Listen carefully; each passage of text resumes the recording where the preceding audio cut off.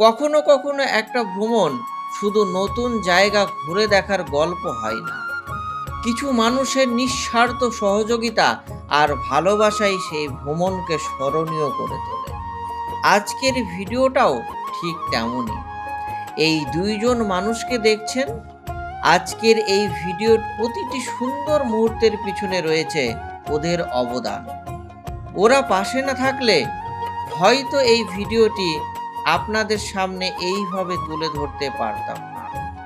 কেন এমন বলছি, সেই গল্পটা জানতে হলে ভিডিওটি শেষ পর্যন্ত অবশ্যই সঙ্গে থাকুন। তাহলে চলুন শুরু করা যাক আজকের ভ্রমণের গল্প। আজকের যাত্রা শুরু করছি বাঘাযতীন স্টেশন থেকে। ধরব সকাল 9:10 ক্যানিং লোকাল। আজকের গন্তব্য গৌরদহ স্টেশন, যা পিয়ালির পরের স্টেশন এবং ঘুটিহারি শরীফের আগের স্টেশন। বাঘাযতীন স্টেশন থেকে ট্রেনে প্রায় 35 থেকে 40 মিনিটের পথ। শহরের কোলাহল ছেড়ে ধীরে ধীরে ট্রেন এগিয়ে যাবে সবুজ মাঠ, খাল, বিল আর গ্রামের মনোরম দৃশ্যের মধ্যে দিয়ে। আজ আমরা ঘুরে দেখব দক্ষিণ 24 পরগনার এক শান্ত সুন্দর গ্রাম।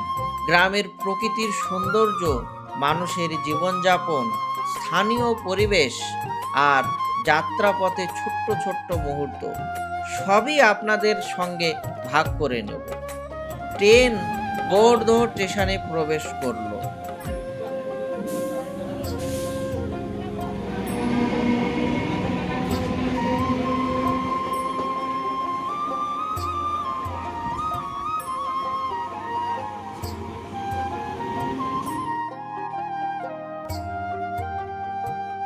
গৌরদহ স্টেশনে নেমে 1 নম্বর প্ল্যাটফর্ম থেকে ক্যানিংয়ের দিকেই হেঁটে যেতে হবে একটু।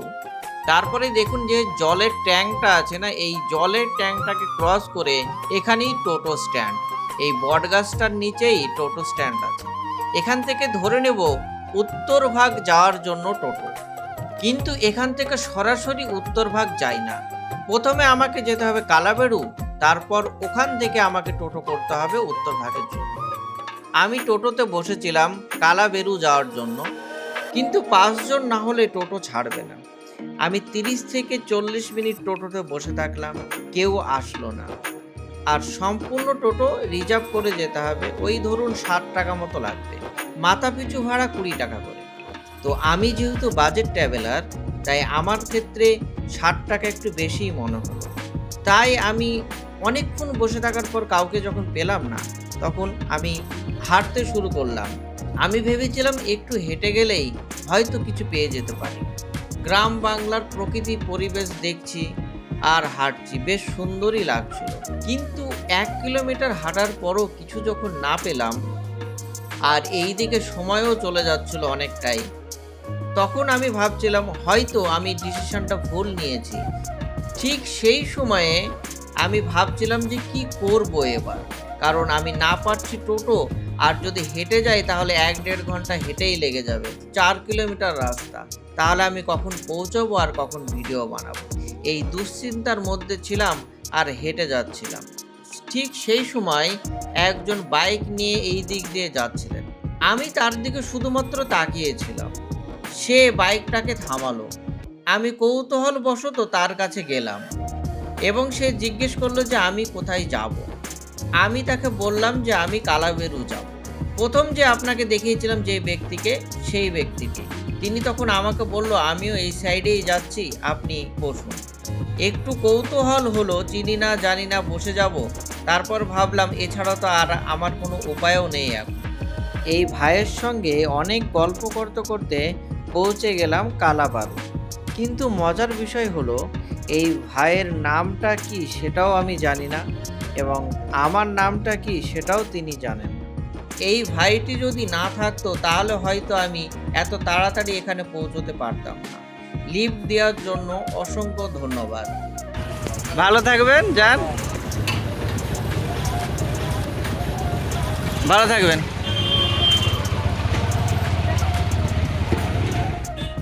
এখান থেকে তিনি চলে গেলেন তার গন্তব্যে ক্যানিংয়ের দিকে। আর একটা ইনফরমেশন আপনাদেরকে দিয়ে রাখি, উত্তরভাগ যেতে হলে পিয়ালিতে নামতে হতো। পিয়ালি থেকে ডিরেক্ট অটো আছে উত্তরভাগ যাওয়ার, তাই যারা শুধু উত্তরভাগ ঘুরবো বলে যাচ্ছেন তারা পিয়ালিতে নামলেই বেটার অপশন হবে। কালাবেরু থেকে এবার আমি যাব উত্তরভাগ পাম্পিং স্টেশন। এখান থেকে 1 কিলোমিটার মতো হবে। ধরে নিয়েছি অটো, 10 টাকা ভাড়া। অটো আমাকে এইখানে ছেড়ে দেব। এই রাস্তাটা ধরে হেঁটে যেতে হবে 2 মিনিট, তাহলেই পৌঁছে যাব উত্তরভাগ পাম্পিং স্টেশন।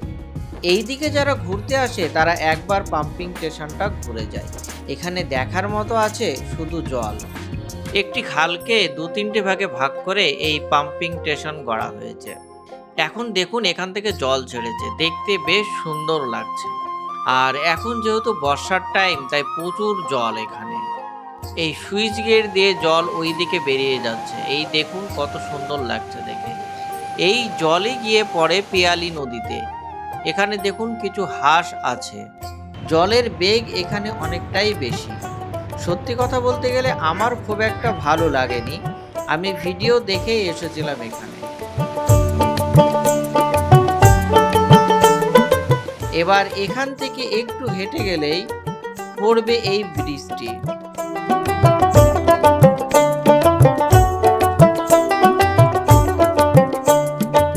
এটা খুব সুন্দর ব্রিজ। এই সাইড থেকে ওই সাইড যাওয়ার জন্য কানেক্টিভিটির জন্য এই ব্রিজটি তৈরি করা হয়েছে। এটা দিয়ে হেঁটে যেতে খুব সুন্দর লাগবে। অ্যাকচুয়ালি এটা রিল তৈরি করার জন্য বিকেল বেলায় অনেকজন এখানকার ছেলে মেয়ে আসে। এইখান থেকে দেখুন এই সাইডটা কত সুন্দর লাগছে দেখতে, এবং এই সাইডে পাম্পিং স্টেশনের এই সাইডটাও অনেকটাই সুন্দর লাগছে। আর নিচ দিয়ে চলেছে এই জল। বেশিক্ষণ নয়, ওই 30 সেকেন্ড মতো সময় লাগবে ওই পার থেকে এই পার আসতে। আমার এখন পর্যন্ত এই ব্রিজটাই দেখে সুন্দর লেগেছে। এখান থেকে দেখুন জলটা দেখতে বেশ সুন্দর লাগছে। এইখান থেকে প্রায় অনেকটাই দূর নিয়ে এই খালটি জল ছেড়েছে, জলের গতিবেগ অনেকটাই বেশি আছে। এখানে ভেতরে ঢুকতে দেওয়া হয় না, কিন্তু শুনলাম বিশ্বকর্মা পুজোর দিন নাকি পুরো দিন খোলা থাকে, সকাল থেকে সন্ধে পর্যন্ত। তখন যদি আপনারা আসেন তাহলে পাম্পিং স্টেশনের ভিতরটি দেখতে পাবেন। ভিতরটা বেশ ছিমছাম সুন্দরভাবে বাঁধানো গোছানো আছে। এটা হচ্ছে শিশু পার্ক, ওই রাস্তা ধরে একটু হেঁটে আসলেই দেখতে পাওয়া যাবে উত্তরভাগ শিশু উদ্যান। এটা হচ্ছে আর একটা পাম্পিং স্টেশন। আর এই রাস্তাটি ধরে আমি এবার হেঁটে চলে যাব। একটু হেঁটে আসার পরেই পড়বে এইরকম একটি জায়গা যেখানে ভবিষ্যতের মেসি রোনাল্ডোরা ফুটবল খেলছিল, আর আমি তাদেরকে দেখেই ক্যামেরাবন্দি করতে শুরু করলাম। অ্যাকচুয়ালি এত সুন্দর দৃশ্য গ্রামেই দেখতে পাওয়া যায়। আর এখানেই আছে একটা শ্রী শ্রী রক্ষাকালী মন্দির। মন্দিরটার অবস্থা খুবই খারাপ, হয়তো নতুনভাবে রিনোভেট করা হচ্ছে। আর এই ভিডিও করার সময়ই আমাকে পাশ থেকে একজন বললেন, দাদা আপনি ভিডিও করছেন কেন, আপনাকে পার্টি অফিস থেকে ডাকছে। আমি তো ভয় পেয়ে গেলাম সাধারণত। আর সামনেই হচ্ছে পার্টি অফিস, তো আমাকে বললো একটু পার্টি অফিসে আপনি দেখা করে আসুন। তো আমি আর এই ভিডিওটি ভালোভাবে করতে পারিনি এই মন্দিরের। যথারীতি আমি চললাম পার্টি অফিসের দিকে। এই রাস্তাটার উপরেই হচ্ছে তাদের পার্টি অফিস। তাদের সঙ্গে গিয়ে আমি কথা বললাম। আমি তাদেরকে জানালাম আমি কেন ভিডিও করছি। তারা শুনে আমাকে কিছু বলেননি। এবার এইখান থেকে চলে আসে অটো স্ট্যান্ড। এই অটো স্ট্যান্ড থেকে একটু হেঁটেই চলে আসলাম উত্তরভাগ ব্রিজে। ব্রিজ থেকেও দেখুন এই খালটি দেখতে পাওয়া যাচ্ছে জলগুলো। এই ব্রিজটাকে ক্রস করে আমি এখান থেকে আবার অটো ধরে আমি পৌঁছাই কালাবারু। 10 টাকা অটো ভাড়া। এবার আমার গন্তব্য কালাবারু থেকে ট্যাঙ্গারবেরিয়া ঢালাই ব্রিজ। এখান থেকে 1 কিলোমিটার রাস্তা গৌড়দহর দিকে। টোটো ধরার জন্য দাঁড়িয়েছিলাম, চলে আসলো বৃষ্টি। একটু পরে একটি টোটো পেলাম, আমাকে নামিয়ে দিল ট্যাঙ্গারবেরিয়া ঢালাই ব্রিজের কাছে। টোটো ভাড়া 12 টাকা। এটাই হচ্ছে ট্যাঙ্গারবেরিয়া ঢালাই ব্রিজ। একটু বৃষ্টিটা কম হতেই ছাতা ফুটিয়ে বেরিয়ে পড়লাম এই রাস্তাটার দিকে। খুব সুন্দর রাস্তা, বৃষ্টি হওয়ার জন্য খুব সাবধানে হাঁটতে হচ্ছে। এই দিকে দেখুন ফিশারি আছে, এখানে মাছ চাষ হয়। সুন্দর পরিবেশ, অসাধারণ লাগছে। এখান থেকে ব্লু স্কাইটা দেখুন কত সুন্দর লাগছে দেখতে। একদিকে ফিশারি আর একদিকে খালের জল, অসাধারণ দৃশ্য। আমার চ্যানেলে এর আগের ভিডিওটাও ছিল এইরকম একটি ফিশারি, আর আজকেও আবার এইরকম ফিশারির জায়গায় এসে বেশ ভালোই লাগছে। ব্লু স্কাই আর নিচে জল, খুবই সুন্দর লাগছে এই জায়গাটি।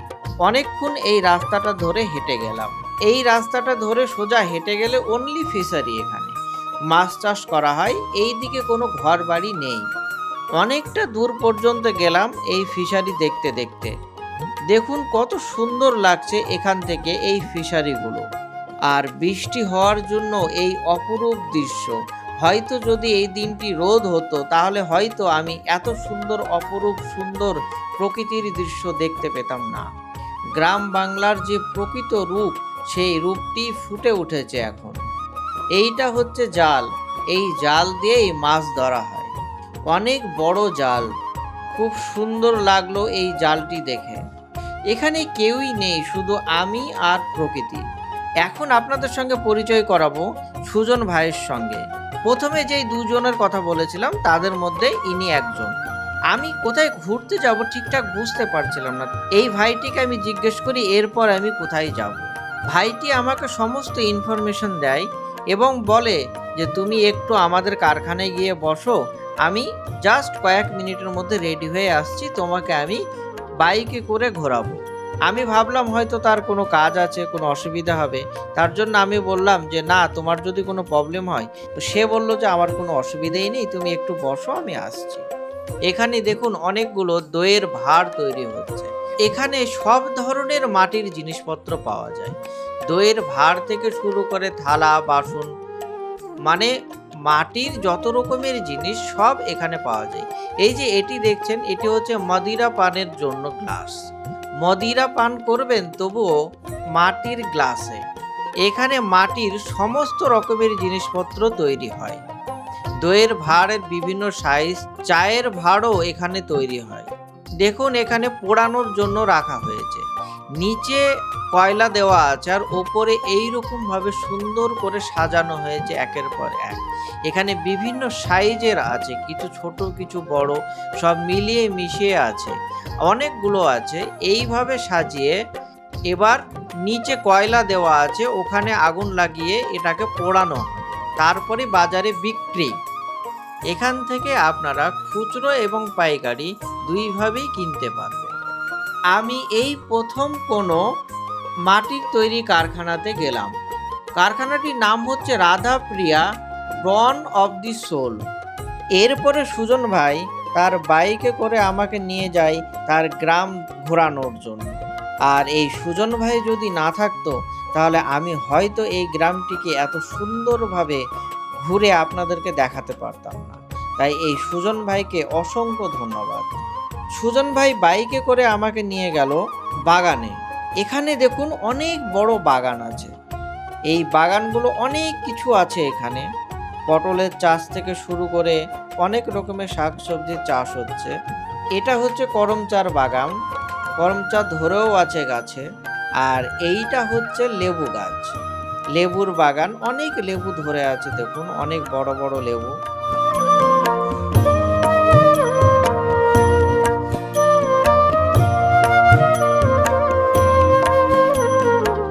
আর বাগানের চারিদিকে সুপুরি গাছ দিয়ে ঘেরা আছে। অনেক সুপুরিও ধরেছে, সুপুরি দিয়ে বাউন্ডারি করা থাকে। আর বৃষ্টি হওয়ার জন্য রাস্তা অনেকটা পিচ্ছিল হয়ে গিয়েছিল, তাই আমাদের দুজনকেই খুব সাবধানে হাঁটতে হচ্ছিল। এইটা দেখুন মান কচু। আমরা যে কলকাতায় মান খাই এইরকম ভাবেই চাষ করা হয়। আর এইটা দেখুন জাম গাছ। জাম খাওয়ার কোনো লোক নেই, জাম পড়ে নিচে গাছ তৈরি হয়ে গেছে অনেক ছোট ছোট। আর আমাদের কলকাতাতে 300 টাকা কিলো জাম। আমার খুব ভালোই লাগলো এই বাগানগুলো ঘুরতে, খুবই সুন্দর। এই সুজন ভাই যদি না থাকতো তাহলে আমি এখানে আসতেও পারতাম না, আর এই বাগানগুলো আপনাদেরকে ঘুরে দেখাতে পারতাম না। রাস্তার দুই ধার খুবই সুন্দর। আর সুজন ভাই স্কুটিতে বসে যাচ্ছি। বাগান দেখা কমপ্লিট হয়ে গেলে সুজন ভাই চলে যায় তার নিজের কাজে। হ্যাঁ, অবশ্যই অবশ্যই। আর আমি একাই এক্সপ্লোর করতে থাকি এই গ্রামটি। আর এখানে এত পাখি, সেই পাখি দেখে লোভ সামলাতে পারলাম না, তাই বের করে ফেললাম ক্যানন 200D এবং জুম লেন্স, আর সেই পাখির ছবি তুলতে শুরু করলাম। অনেক পাখির ছবি তুলতে পারিনি, বাট চোখে অনেকগুলোই দেখেছি। বলতে পারি বিভিন্ন অভয়ারণ্যে যেসব পাখি দেখতে না পাওয়া যায়, এইখানে কিন্তু তার থেকেও অনেক বেশি পাখি দেখতে পাওয়া গিয়েছে। আর মনে হয় যদি শীতের টাইমে আসা হয় তাহলে মনে হয় অনেক পাখি আরও দেখতে পাওয়া যাবে। এটা হচ্ছে ইস্টার্ন কাটেল ইগ্রেট, বাংলায় যাকে সাধারণত গো বক বলা হয়। আর এটা হচ্ছে ফিঙে পাখি, গরুর উপরে উঠে আছে। এখানে দেখুন অনেকগুলো এশীয় শামুকখোল বা এশিয়ান ওপেন বিল পাখি আছে। অনেকগুলো এখানে এশিয়ান ওপেন বিল আছে। আমার জুম লেন্সে আর যতটুকু পেরেছি ততটুকু আপনাদেরকে দেখাচ্ছি। খালি চোখে অনেক পাখি আমি দেখেছি, যেই পাখিগুলো আমি ক্যাপচার করতে পারিনি লেন্সে। এটা হচ্ছে পোলট্রি ফার্ম। দেখুন অনেক বড় পোলট্রি ফার্ম, পুরোটা পোলট্রি ফার্ম তৈরি হচ্ছে এখানে। পুরোটা কৃষি জমি, এখানে এত বড় একটি পোলট্রি ফার্ম তৈরি হচ্ছে। আর বৃষ্টি হওয়ার জন্য জল জমে আছে। আর একটু ঘুরতে ঘুরতেই চলে আসলো বৃষ্টি। আর এই বৃষ্টির মধ্যেই দেখুন একজন মা তার গরুকে ধরে আছে আর দুটি বাচ্চা দুধ খাচ্ছে। এই বৃষ্টির মধ্যে অপরূপ দৃশ্য, কিন্তু এটার মধ্যেও একটি গল্প আছে। একজন মা গরুটিকে ধরে আছে এ কারণেই যে দুটি বাছুর দেখুন দুধ খাচ্ছে। লাল রঙের বাছুরটি হচ্ছে তার নিজের বাছুর, তো তাকে তিনি দুধ দেবেন, কিন্তু পেছনের যে বাছুরটি আছে সেটা হচ্ছে অন্য মায়ের সন্তান, তাকে তিনি দুধ দেবেন না। তার জন্যই একজন মা গলাটিকে ধরে আছে যাতে তিনি দুধ খেতে পারে। আসলে ওই ছোট্ট বাছুরটির মাকে বিক্রি করে দেওয়া হয়েছে, আর এই লাল রঙের বাছুরটির মা হচ্ছে এটা। তাই যতক্ষণ পর্যন্ত তাকে না ধরা হবে ততক্ষণ পর্যন্ত এই বাছুরটিকে দুধ খেতে দেন না, এটাই স্বাভাবিক। আর এইখানে দেখুন কৃষকরা ধান লাগাচ্ছেন। এখন এই বর্ষায় ধান লাগাচ্ছেন, এই বর্ষার জলেই এই ধান হয়ে যাবে, আর নতুন করে জল দিতে হয় না। আর এটাই হচ্ছে অপরূপ দৃশ্য। দেখুন সাইকেলে করে দুজন চলে যাচ্ছে। এখানে দেখছেন জোড়া শালিক, দুটো শালিক আছে এখানে একসঙ্গে। জোড়া শালিক দেখা ভালো সকালে বিকালে, বাকিটুকু গানটা আর বললাম না। বিকেল হয়েছে, এখানে অনেকজনই ঘুরতে আসছে। আর এটাই হচ্ছে কাঠখোল ব্রিজ, কাঠের এই ব্রিজটি, এই ব্রিজ দিয়েই আমরা গিয়েছিলাম। এই ব্রিজের ওপরে দেখুন টোটো উঠে যাচ্ছে, বাইক এবং সাইকেল তো ওঠেই, এবং মানুষরাও যাতায়াত করে, এবং এটার ওপর দিয়ে টোটোও যাচ্ছে।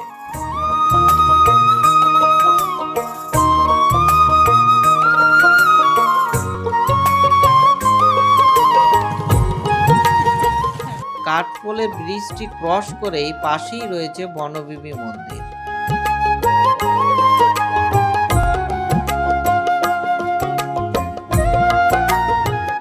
দুই দিকে চাষাবাদ হচ্ছে আর ইট ঢালা রাস্তা, সোজা হেঁটে চলেছি, বেশ অপরূপ সুন্দর লাগছে। আসলে এখন তো আর ইট ঢালা রাস্তা নেই, সব দিকেই পিচ হয়ে গিয়েছে। আর দুই দিকে গাছ থাকার জন্য খুব সুন্দর লাগছে। এই রকম দৃশ্য বা এই রকম রাস্তায় হাঁটতে খুব ভালো লাগছে। এই গ্রামটি আমার খুব ভালো লেগে গিয়েছে। আশা করি আপনারাও উপভোগ করছেন।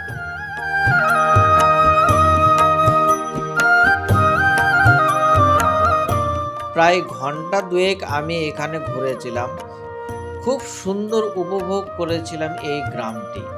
গ্রাম ছেড়ে আসতে ইচ্ছেই করছিল না, কিন্তু ফিরতে যে হবেই।